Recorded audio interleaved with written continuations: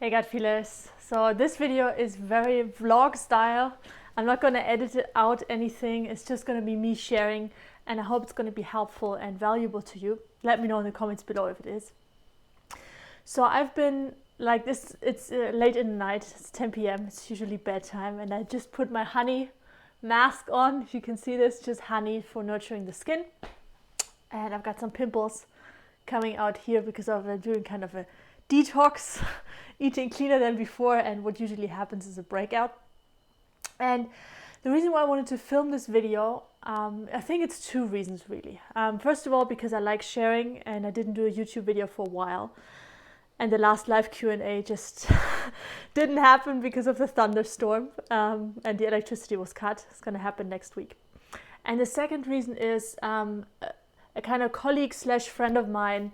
I just checked in with him, like really literally just over YouTube. I haven't spoken to him. I just checked his YouTube videos, and I was kind of shocked because he, it was a guy I really liked for a long time. Watched him on YouTube a lot. We had some conversations, and he just completely, from my perspective, he lost it kind of thing. He went into the guru thing, and he has a lot of impact now. But he's also, he's very destructive with his body, and yeah, just kind of portrays himself and sets himself apart from all the other people. So basically, I'm here and you are there. And I know this was something that I was like, when I was younger, I was definitely stuck in this because I felt not understood by the world. I felt like an alien, I felt like a weirdo, I felt very alone and often misunderstood, and I was angry and basically just shut in myself. I have a video on that one as well, sharing how I was a weirdo and basically my history when I lost my dad and all of that. And so basically it hurt me to see that he kind of drifted off from my perspective, from what I see. Of course I'm not him, but and it's kind of sad. And the reason why I wanted to make this video is because, first of all, to remind myself that no matter what happens later on, and no matter how much hopefully positive impact I'm gaining in the world and supporting others to become their own gut feelers and to become more powerful, I want to remember that we are all connected, we are all humans, we're all doing our best, and I can't use the F word, but it's really not easy to to do things alone. And one of the biggest things that I learned right now with the Gut Feeler Academy, the lighting is really bad, huh? I'm gonna go closer to the camera. What I learned with the Gut Feeler Academy which is my heart project, and with the group of beta students that we have, is really that the biggest breakthroughs and the biggest enlightenment comes from the gut feelers. It doesn't come from myself. It's like the community is almost more valuable than just me giving advice. Because in the end, what I really want, I want to create a network of people who support each other, and who we as a collective, as the Gut Feeler Academy, but also like I feel like worldwide, become more in contact with our body, more in contact with who we really are, and really feel like more powerful. Because when I believe that if someone feels, or if I feel powerful, and I feel like I have a say in my life and I'm not a victim of my life, I'm going to be more loving and more nurturing to other people, and have more respect for them and be more kind. And people who feel they don't have power are the people who abuse power, who are, need other people to be like them, or, like all kinds of different kinds of violence from all different levels.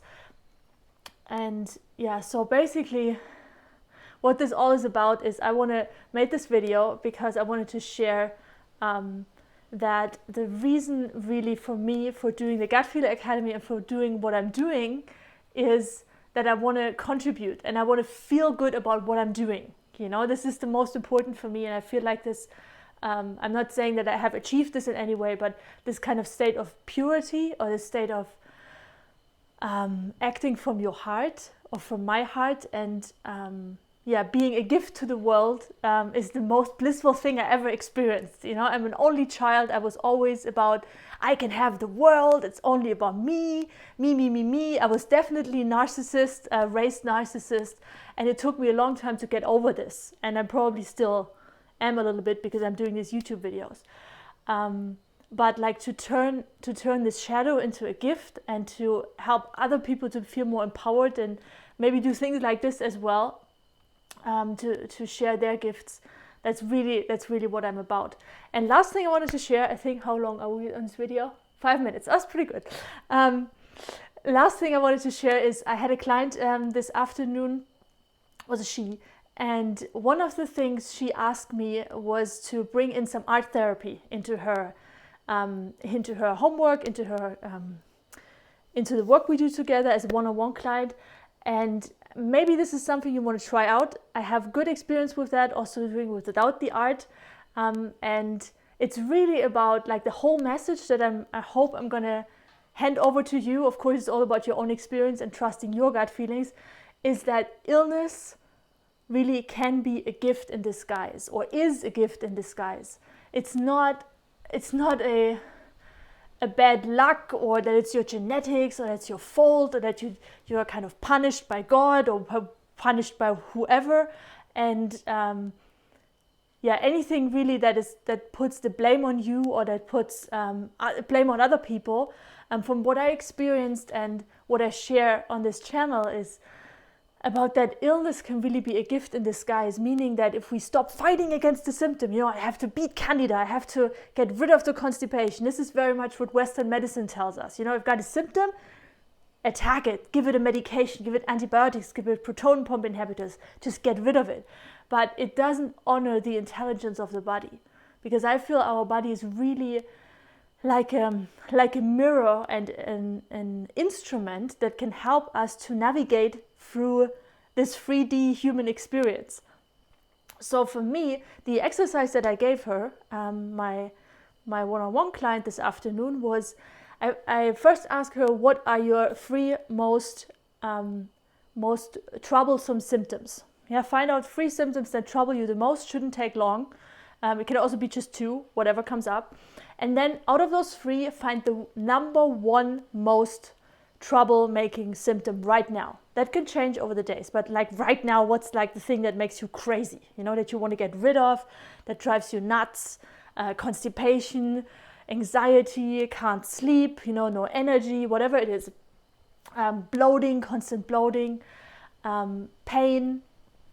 And then I wanted her to fill in the sentence, to do a short meditation to connect with herself and ground herself and create a space where she can be undisturbed, phone off, doors closed, things like that. And then write down the sentence. So for art therapy, we did that on one paper. She has a big paper. And on one side of the paper, she writes in a pencil, how does symptom, the most troubleful symptom, maybe anxiety, how does anxiety serve me right now? How does most troublesome symptoms serve me right now? Question mark. And then she turns the paper and she basically, you can do this with words. If you're more a words person, you can write down, just intuitively allow everything that comes up. You know, positive, negative, this is crap, this is bullshit, mind talk, whatever comes up, just write it down, write it down. It's not the time to edit anything. It's just letting it go. And what you do, or you use colors, or you use, paint, even hand paint, things like that. It's even more primal and more, might be more easy for you. Definitely is more easy for me. And what will happen when you do this more often, so first, usually, including myself, resistance. You know, like, that symptom doesn't serve me. I want to get rid of this. This is bad. This impairs my life. This is the fault for that I can't do X, Y, Z, that I'm not more successful relationships, have no energy, can't fulfill my purpose in life, right? So that's normal. Because we are trained to this kind of view. You know, we are trained to, there's something from the outside coming our way and we have to fight it. You have to protect ourselves. Pepper spray, you know, health insurance, everything. We have to protect ourselves. So this is a very different approach. But what you might notice when you do this more often, first of all, you connect more to your gut feelings. You connect more to your intuition. And this intuition in the beginning, that voice is very silent. It's very silent because we have not been trained to listen to that voice. So that voice has been pushed down for centuries. For centuries, maybe the whole time you were born, and nobody ever told you that this is something you need to listen to. You know, they just told you, apply to this rule, you shouldn't do this, you should do this, fit in the box kind of school system, right? So it's going to take some time to develop this instrument. You know? And the cool thing is, while you're doing this, you're actually physically acting on it. So you are like embedding a new belief that illness actually can serve you. And the feeling that I experienced myself, and that I had feedback from other gut feelers, is that there's this peacefulness coming.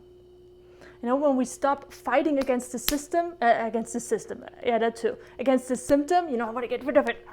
So much energy used up, so much effort, you know, so much. I'm not good enough, I'm not healing fast enough, it's my fault, it's their fault, bad doctors, bad test results, bad medication, you know, whatever it is. Conspiracy theory. It's so much energy against, and all we do is we make the symptom bigger. You know, we make the illness bigger by resisting it. Everything we resist persists. Everything we resist persists. And everything we allow can change. So in a way, it's almost like making love with your symptom. You know, instead of pushing it away. And that, for your mind, it's probably not going to make sense. I'm not going to ask you to believe me anything. The only thing I ask you, if you feel resonance with that, try it out. But try it out for 7 days in a row. Not just one. It's not enough for one. You just get a glimpse of it. It's not enough. 7 days in a row. I recommend you do it in the morning or before you go to bed. And always use the same symptom for that 7 days. You know, so in the beginning, decide what's the most troublesome symptom and then go with it. Unless that symptom is really gone after 2 days, then it doesn't make sense. Okay, guys, I hope this was helpful. I wish you all the best, and let me know in the comments below if you want to try this out for 7 days, if you're up for it. And yeah, I hope it's going to be helpful. If you're not subscribed to the channel, make sure you are, because when the live Q&A and everything comes on, then you get notified. So subscribe, and then that notification bell, ding ding, needs to be turned on to all notifications. And then you get a notification when the next live Q&A comes, so we can actually chat with each other and I can answer your questions. Okay, have a good day. Let me know in the comments below if you're up for it or if you think this is total crap.